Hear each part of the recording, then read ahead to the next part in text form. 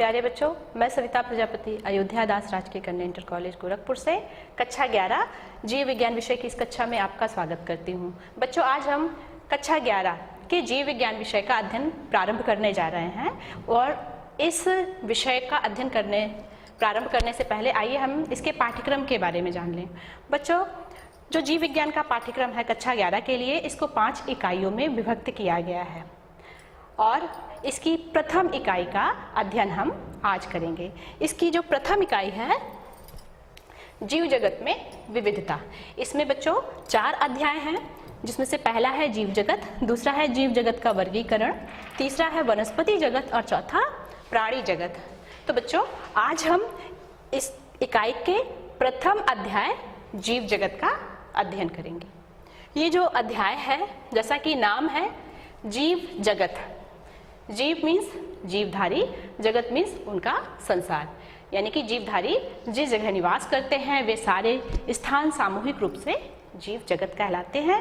और ये अध्याय जो है जीव जगत, इसको अध्ययन की सुविधा के लिए हमने इसको 2 भागों में बांटा है, जिसके प्रथम भाग का अध्ययन हम आज करेंगे। इसके प्रथम भाग में जिन चर्चा के बिंदुओं पर आपसे बात होगी, उनमें से पहला है सजीव व इनके लक्षण, फिर दूसरा है जैव विविधता, तीसरा है जीवन के डोमेन, चौथा है जीवधारियों का वर्गीकरण एवं लाभ और 5वां है वर्गीकी एवं वर्गीकरण विज्ञान। तो चलिए बच्चों, आज की कक्षा प्रारंभ करते हैं जीव विज्ञान से। जीव विज्ञान क्या है? जैसा कि नाम से स्पष्ट है, जीव यानी कि जीवधारियों का, विज्ञान मीन्स उनका सुव्यवस्थित ज्ञान, यानी कि ज्ञान की वह शाखा जिसमें जीवधारियों का हम अध्ययन करें, जीव विज्ञान कहलाती है। बच्चों, जो जीव विज्ञान है, इसको इंग्लिश में बायोलॉजी कहा जाता है। ये बायोलॉजी शब्द ग्रीक भाषा के बायोस और लोगस नामक 2 शब्दों से मिलकर के बना है, जिसमें बायोस का अर्थ है लाइफ यानी जीवन और लोगस का अर्थ है स्टडी यानी कि अध्ययन, यानी कि जीव विज्ञान विज्ञान की वह शाखा है जिसके अंतर्गत जीवन का या जीवधारियों का अध्ययन किया जाता है। जो जीव विज्ञान है या बायोलॉजी शब्द है, इस शब्द का प्रयोग सबसे पहले लैमार्क तथा ट्रेविरानस नामक वैज्ञानिक ने किया था। चूंकि जीव विज्ञान का अध्ययन का क्षेत्र बहुत अधिक विस्तृत है, इसलिए इसको 2 मुख्य शाखाओं में विभाजित किया गया है। पहली शाखा है जंतु विज्ञान, जिसको हम जूलॉजी भी कह सकते हैं, और दूसरी शाखा है वनस्पति विज्ञान, जिसको हम बॉटनी भी कहते हैं। जो जंतु विज्ञान है, इसको इंग्लिश में जूलॉजी, ये जूलॉजी शब्द जो है ये ग्रीक भाषा के 2 शब्दों से मिलके बना है, जून प्लस लोगस। जून का अर्थ है एनिमल या जंतु, लोगस का अर्थ है स्टडी यानी अध्ययन, यानी कि जीव विज्ञान की वह शाखा जिसमें जंतु या प्राणियों का अध्ययन किया जाता है, जंतु विज्ञान कहलाती है। और ये जंतु विज्ञान के जनक जो हैं अरस्तु को माना जाता है। इसी तरह से जीव विज्ञान की दूसरी शाखा है वनस्पति विज्ञान या बॉटनी। बॉटनी शब्द जो है ये भी ग्रीक भाषा के एक शब्द बॉटनी से बना हुआ है, जिसका अर्थ है हर्ब या प्लांट, यानी कि शाक या पौधे, यानी कि जीव विज्ञान की वह शाखा जिसके अंतर्गत पेड़ पौधों का अध्ययन करते हैं, वनस्पति विज्ञान या बॉटनी कहलाती है। और वनस्पति विज्ञान के जनक जो हैं थियोफ्रास्टस हैं। आइए बच्चों, अब हम चलते हैं अपने अध्याय पर। जीव, संसार में या जगत में जितनी भी वस्तुएं पाई जाती हैं उनको 2 भागों में विभक्त किया जा सकता है, सजीव वस्तु और निर्जीव वस्तु। सजीव वस्तु क्या होंगी? ऐसी वस्तुएं जो जीव द्रव्य से बनी होती हैं, सजीव वस्तुएं कहलाती हैं। निर्जीव वस्तुएं वे वस्तुएं जो जीव द्रव्य से नहीं बनी होती हैं, जिनमें जीव द्रव्य नहीं पाया जाता है, निर्जीव वस्तुएं कहलाती हैं। सजीवों में कुछ विशेष लक्षण होते हैं जो इन्हें निर्जीवों से पृथक करते हैं। तो आइए हम देख लेते हैं कि सजीवों में कौन कौन से लक्षण पाए जाते हैं जिनके कारण सजीव निर्जीवों से अलग होते हैं। पहला लक्षण है कोशिकीय संगठन। बच्चों, पृथ्वी पर या संसार में, जगत में जितने भी सजीव होते हैं वो कोशिका से बने होते हैं। एक कोशिकीय जीव एक कोशिका से, बहुकोशिकीय जीव बहुत सारी कोशिकाओं से बने होते हैं। दूसरी विशेषता है आकृति एवं आमाप। जो सजीव हैं, प्रत्येक सजीव का एक निश्चित आकार और आकृति आमाप होता है। कुत्ते का आकार कुत्ते की तरह होता है, मछली का आकार मछली की तरह होता है, छिपकली का आकार छिपकली की तरह होता है, बरगद के पेड़ का आकार बरगद के पेड़ की तरह होता है, तो सभी जीव का एक निश्चित आकार एवं आकृति होती है, जबकि जो निर्जीव होते हैं उनका ना तो कोई निश्चित आकार होता है, ना ही कोई निश्चित आकृति होती है। आप लोहे को ही देख लीजिए, उसका कोई भी निश्चित आकार एवं आकृति नहीं होती है। अगली विशेषता है वृद्धि। जितने भी सजीव हैं उनमें कोशिका विभाजन के द्वारा जीव भार में या उनकी संख्या में वृद्धि होती है। जो बहुकोश के जीव होते हैं बच्चों, उनका विकास एक कोशिकीय जाइगोट से सामान्यता होता है। और ये एक कोशिकीय जाइगोट जो होता है, इसमें कोशिका विभाजन होता है जिससे बहुत सारी कोशिकाएं बनती हैं और एक कोशिका से बहुकोशिकीय विकसित प्राणी का निर्माण होता है। और ये विकास की क्रिया पौधों में जीवन पर्यंत चलती रहती है, जबकि जंतुओं में जीवन की एक निश्चित आयु तक होती है। इसके अलावा जो एक कोश के जीव होते हैं, ये कोशिका विभाजन के द्वारा अपनी संख्या में वृद्धि करके वृद्धि करते हैं। अगली विशेषता है पोषण। पोषण यानी कि न्यूट्रिशन। प्रत्येक जीव जो है उसको वृद्धि करने के लिए नई नई कोशिका बनाना पड़ता है और प्रत्येक कोशिका का निर्माण जीव द्रव्य से होता है और जीव द्रव्य के निर्माण के लिए जीवों को भोजन की आवश्यकता होती है। तो जो पौधे हैं वो प्रकाश संश्लेषण के द्वारा अपना भोजन प्राप्त कर लेते हैं और जो जंतु हैं वो दूसरे जीवों का भक्षण करके भोजन प्राप्त करते हैं, जिनका पाचन करते हैं और पाचन के फलस्वरूप जो पचा हुआ भोज्य पदार्थ होता है ये शरीर की प्रत्येक कोशिका में पहुंच करके जीव द्रव्य का निर्माण करता है। अगली विशेषता उपापचय। जितने भी सजीव हैं उनके कोशिका द्रव्य में बहुत सारे जैविक अणु पाए जाते हैं। ये जो जैविक अणु हैं इनमें प्रतिपल हजारों या लाखों कह सकते हैं जैव रासायनिक क्रियाएं होती हैं और इन जैव रासायनिक क्रियाओं के कारण जीव द्रव्य का निर्माण होता है और जीवन से संबंधित विभिन्न घटनाएं होती हैं। जो उपापचय क्रिया होती है ये संश्लेषणात्मक और अपघटनकारी दोनों तरह से होती है। संश्लेषणात्मक में क्या होता है, सरल अणुओं से जटिल अणुओं का निर्माण होता है, यानी कि जीव द्रव्य का निर्माण होता है। और अपघटनकारी में क्या होता है कि जटिल अणुओं से सरल अणुओं का निर्माण होता है, जैसे कि श्वसन में ग्लूकोज के ऑक्सीकरण के फलस्वरूप जल और कार्बन डाइऑक्साइड इसके साथ ऊर्जा मुक्त होती है। अगली विशेषता है श्वसन। जितने भी सजीव हैं उनमें श्वसन की क्रिया होती है। श्वसन की क्रिया के फलस्वरूप ऊर्जा का निर्माण होता है और ऊर्जा के द्वारा जीव अपनी जैविक क्रियाओं को करते हैं। उत्सर्जन अगली विशेषता है। जब शरीर में या कोशिका में उपापचय की क्रियाएं होती हैं तो उसके फलस्वरूप विभिन्न प्रकार के हानिकारक पदार्थ बनते हैं। इन हानिकारक पदार्थों को शरीर से बाहर निकालने की जो क्रिया होती है उत्सर्जन कहलाती है। तो सजीवों में क्रिया होती है जबकि निर्जीवों में क्रिया नहीं होती है। अगली विशेषता है गमन।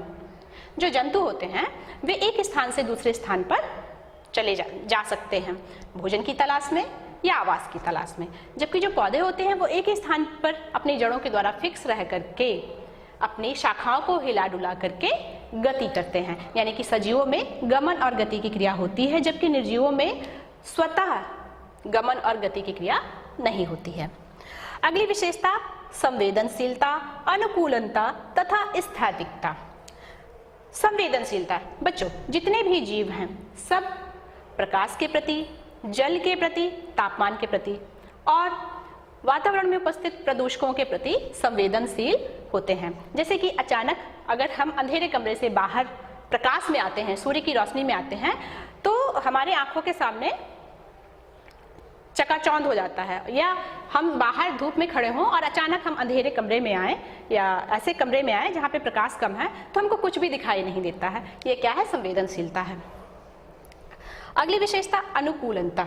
जो जीव होते हैं यदि वातावरण में परिवर्तन होता है तो उनमें ये विशेषता पाई जाती है कि वातावरण में परिवर्तन के अनुरूप वो अपने शरीर की अवस्थाओं को परिवर्तित करते हैं और ये परिवर्तन करने की क्षमता जो है अनुकूलनता कहलाती है, जिसके द्वारा विपरीत परिस्थितियों में भी जीव जीवित बने रहते हैं। स्थैतिकता।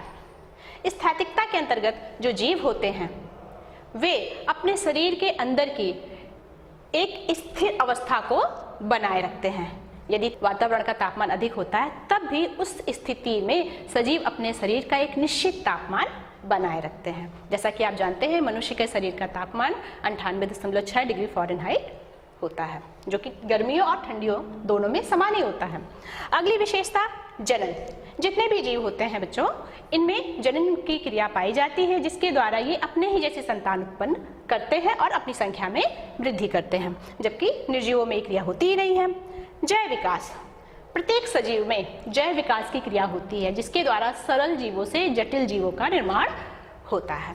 तो ये सारी विशेषताएं जो है ये सजीवों में पाई जाती हैं, जबकि निर्जीवों में नहीं पाई जाती हैं।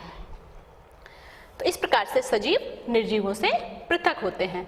अब बात करते हैं जैव विविधता की।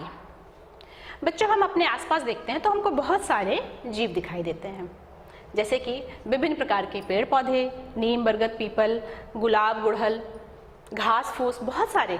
इसके अलावा हमको अगर हम जंतु की बात करें तो हम टिड्डे देख सकते हैं, मकड़ी, विभिन्न प्रकार के कीड़े, कुत्ते, बिल्ली, चूहे।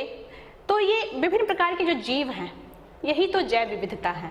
यानी कि जीव जगत में असंख्य प्रकार के जीवों की उपस्थिति ही जैव विविधता कहलाती है।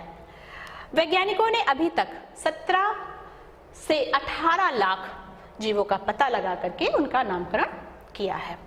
अब तक बच्चों उच्च पौधों की 2,70,000 जातियां, शैवाल की 40,000 जातियां, स्तनधारी की 4,650 जातियां, पक्षियों की 9,700 जातियां और कीटों की 10,25,000 जातियों की खोज की जा चुकी है।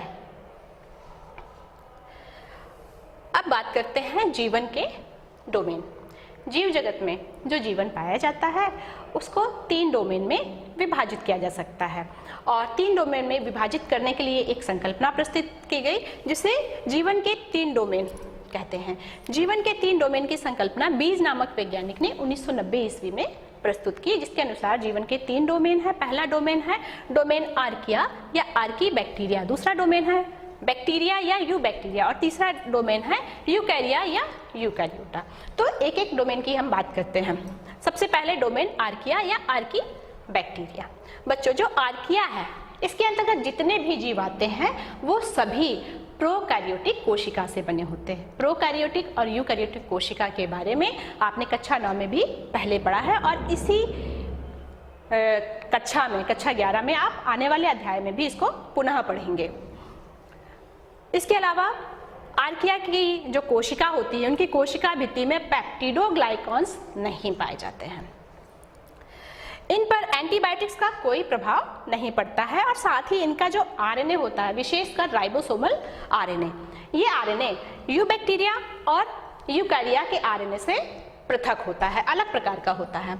अब बात करते हैं डोमेन बैक्टीरिया या यूबैक्टीरिया की। जो यूबैक्टीरिया है ये भी जीव प्रोकैरियोटिक कोशिका से बने होते हैं, जिनमें कि वास्तविक केंद्रक नहीं होता है, ना ही इसमें ना ही इसमें।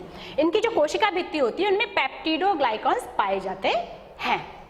इसके अलावा इन पर एंटीबायोटिक्स का प्रभाव पड़ता है, और bacterial RNA, ribosomal RNA archaea के आरएनए और यूकैरिया के आरएनए से अलग प्रकार का होता है। अब बात करते हैं डोमेन यूकैरिया या यूकैरियोटा की। तो इसके अंतर्गत जितने भी जीव आते हैं वे सभी जीव यूकैरियोटिक कोशिका से बने होते हैं, यानी कि इनमें विशेषकर विकसित केंद्रक पाया जाता है। इनकी जो कोशिका भित्ति है, कुछ जीवों में कोशिका भित्ति उपस्थित हो सकती है और कुछ जीवों में कोशिका भित्ति उपस्थित नहीं होती है। जिनमें कोशिका भित्ति उपस्थित होती है वो सेलुलोज या काइटिन की बनी होती है, विशेषकर पौधों में सेलुलोज की, और जो कवक होते हैं उनमें काइटिन की बनी होती है। इन पर एंटीबायोटिक्स का कोई भी प्रभाव नहीं पड़ता है, और इनका आरएनए जो होता है ये आर्किया और बैक्टीरिया के आरएनए से अलग प्रकार का होता है। तो ये बात हुई बच्चों जीवन के डोमेन की। अब बात करते हैं जीवधारियों का वर्गीकरण। तो सबसे पहले वर्गीकरण क्या होता है? वर्गीकरण मतलब वर्गों में बांटना। जैसे कि बच्चों आपके बैग में बहुत सारे पेन, पेंसिल, रबड़, शार्पनर, कॉपी और बुक्स हैं। अगर आपसे कहा जाए एक जैसा काम करने वाली सामग्री को आप एक तरफ अलग अलग समूहों में बांट दें, तो आप क्या करेंगे? पेन और पेंसिल को अलग कर देंगे, इरेजर अलग कर देंगे, शार्पनर अलग कर देंगे, कॉपी अलग कर देंगे क्योंकि कॉपी पे लिखते हैं, और बुक से पढ़ते हैं तो बुक अलग कर देंगे। तो इस तरह से आपने क्या किया? इनको छोटे छोटे समूहों में बांट दिया। तो समानता और असमानता के आधार पर किसी भी वस्तु को अलग अलग समूहों में बांटना वर्गीकरण कहलाता है। अब जीवधारियों का वर्गीकरण क्या होता है? जीवों को उनकी समानता और असमानता के आधार पर जब हम वर्गों में या समूहों में बांट दें तो ये क्रिया क्या कहलाती है? वर्गीकरण कहलाती है। और वर्गीकरण जो होता है यह बहुत ही आवश्यक है, इसके बहुत से लाभ हैं, जैसे कि इसके द्वारा जीवों का अध्ययन करना सरल हो जाता है। जैसे एक समूह में बहुत सारे जीव हैं, ठीक है, यदि मान लीजिए हम पृथ्वी पर जितने भी समूह हैं, जितने भी जीव हैं उनका अलग अलग अध्ययन करें तो हमको प्रत्येक जीव का अध्ययन करने में बहुत टाइम लगेगा। लेकिन वर्गीकरण करने से यदि एक समूह के एक जीव का हम अध्ययन कर लेते हैं तो उस समूह में जितने भी जीव आते हैं उनका अध्ययन हमको हो जाता है, यानी कि उसके बारे में कुछ ना कुछ जानकारी हमको मोटी मोटा जानकारी प्राप्त हो जाती है। इस तरह से हम कह सकते हैं कि इनके द्वारा जीवों का अध्ययन करना सरल हो जाता है। दूसरा लाभ है जीवों की जीव जगत में स्थिति का पता चलता है कि जीव जगत में जीव किस स्थिति पर है, जिसके बारे में आप टैक्सोनॉमी में पढ़ेंगे। जीवों के परस्पर संबंधों का पता चल जाता है कि एक जीव दूसरे जीव से किस प्रकार से संबंधित है। अगला लाभ है जीवों की उत्पत्ति और विकास क्रम का पता चलता है। इससे जीवों की जैव विविधता का भी पता चलता है कि जीव जगत में कितनी अधिक जैव विविधता पाई जाती है। तो ये बात हुई वर्गीकरण की। अब बच्चों वर्गीकी और वर्गीकरण विज्ञान। वर्गीकी और वर्गीकरण विज्ञान जो है ये जीव विज्ञान की एक शाखा है जिसके अंतर्गत जीवधारियों का वर्गीकरण का अध्ययन किया जाता है। तो वर्गीकी सबसे पहले हम देख लेते हैं वर्गीकी या टैक्सोनॉमी। वर्गीकी के अंतर्गत जीवों का वर्णन, नामकरण, पहचान, उनके वर्गीकरण में प्रयुक्त विधियों, नियमों और सिद्धांतों का अध्ययन किया जाता है। जबकि वर्गीकरण विज्ञान जो है इसके अंतर्गत वर्गीकी के साथ साथ जीवों की विविधता, उनके तुलनात्मक, विकासात्मक एवं जातीय वृत्तीय संबंधों का अध्ययन इसके अंतर्गत किया जाता है। वर्गीकी और वर्गीकरण विज्ञान एक दूसरे के पूरक होते हैं और जो वर्गीकरण विज्ञान है इसके जनक कैरोलस लीनियस हैं। वर्गीकी संवर्ग। वर्गीकरण में हम जीवों को अलग अलग समूहों में बांटते हैं तो ये समूह ही वर्गीकी संवर्ग कहलाते हैं। जीवों के वर्गीकरण में प्रयुक्त विभिन्न समूहों को वर्गीकी संवर्ग या वर्गक कहते हैं, जैसे जाति, वंश, कुल, गण, वर्ग, संघ और जगत। संवर्ग या वर्गक जो होते हैं ये वर्गीकरण की इकाई कहलाती है। वर्गीकरण की सबसे छोटी इकाई जाति या स्पीसीज है, जबकि वर्गीकरण की सबसे बड़ी इकाई जगत या किंगडम है। वर्गीकरण के सारे वर्ग का वर्गीकरण में एक निश्चित स्थान होता है और जब इनको इनके स्थान में व्यवस्थित किया जाता है तो एक पदानुक्रम बनता है जिसको हम वर्गीकी पदानुक्रम कहते हैं, जिसके बारे में अभी हम आगे पढ़ेंगे। अब बच्चों जाति की संकल्पना। जाति क्या है? जाति शब्द जो है इसका प्रयोग सबसे पहले जॉन रे ने किया था और जाति संकल्पना सबसे पहले मायर नामक वैज्ञानिक ने 1942 ईस्वी में दी थी। इन्होंने बताया कि जाति जीवों का वह समूह है जो आपस में संकरण कर सकती है, यानी कि जाति आपस में संकरण करने वाले एक समान जीवों का समूह है और संकरण करके ये संतान उत्पन्न करती है। संकरण दो विभिन्न लक्षणों वाले जब जीव आपस में लैंगिक जनन के द्वारा संतान उत्पन्न करते हैं तो ये क्रिया संकरण कहलाती है। जैसे कि घोड़ी और गधे से जब संतान उत्पन्न होती है तो ये क्रिया जो है संकरण कहलाती है और इसकी जो संतान होती है जिसे हम खच्चर कहते हैं, और ये जो खच्चर होता है इसमें संतान उत्पन्न करने की क्षमता नहीं पाई जाती है।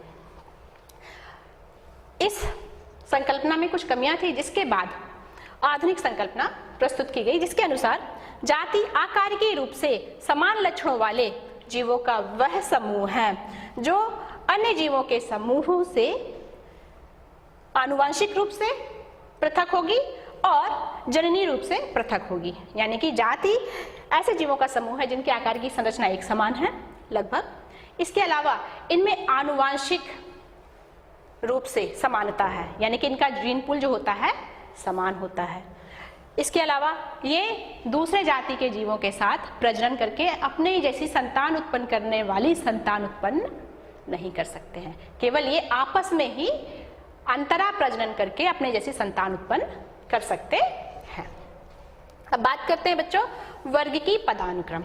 जैसा कि अभी हमने जाना कि वर्गीकरण में जो वर्गीकी संवर्ग होते हैं उनका एक निश्चित स्थान होता है, और जब इनको इनके स्थान पर व्यवस्थित किया जाता है तो इसके फलस्वरूप एक पदानुक्रम बनता है जिसको वर्गीकी पदानुक्रम कहते हैं। जैसे कि बच्चों आप ये देख रहे हैं, ये वर्गीकी पदानुक्रम है जो कि आरोही क्रम में है, जिसमें सबसे नीचे हम जाति को रखते हैं क्योंकि जाति वर्गीकरण की सबसे छोटी इकाई है, और सबसे ऊपर हम जगत को रखते हैं क्योंकि जगत वर्गीकरण की सबसे बड़ी इकाई है। जो जाति है यह अंतरा प्रजनन करने वाले जीवों का समूह होती है।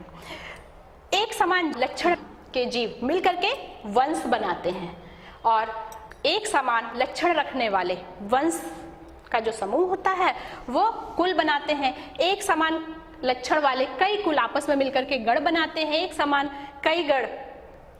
लक्षण वाले कई गण आपस में मिलकर के वर्ग बनाते हैं, और एक समान लक्षण वाले कई वर्ग आपस में मिलकर के फाइलम या डिवीजन बनाते हैं, और एक समान लक्षण वाले संघ और डिवीजन आपस में मिलकर के किंगडम या जगत बनाते हैं। तो इस तरह से जाति सबसे नीचे और जगत सबसे ऊपर होती है। तो बच्चों यहाँ पर आते आते हमारे आज का अध्याय का ये भाग समाप्त होता है। इसके बाद इसी अध्याय पर आधारित आपके लिए 4 प्रश्न हैं, जिनमें से पहला है सजीवों के लक्षण बताइए, वर्गीकरण किसे कहते हैं, जाति की संकल्पना क्या है, अपने आसपास पाए जाने वाले सजीवों की सूची बनाइए। तो बच्चों हम फिर आपके साथ इसी अध्याय के दूसरे भाग में अगली बार फिर मिलेंगे। तब तक के लिए धन्यवाद।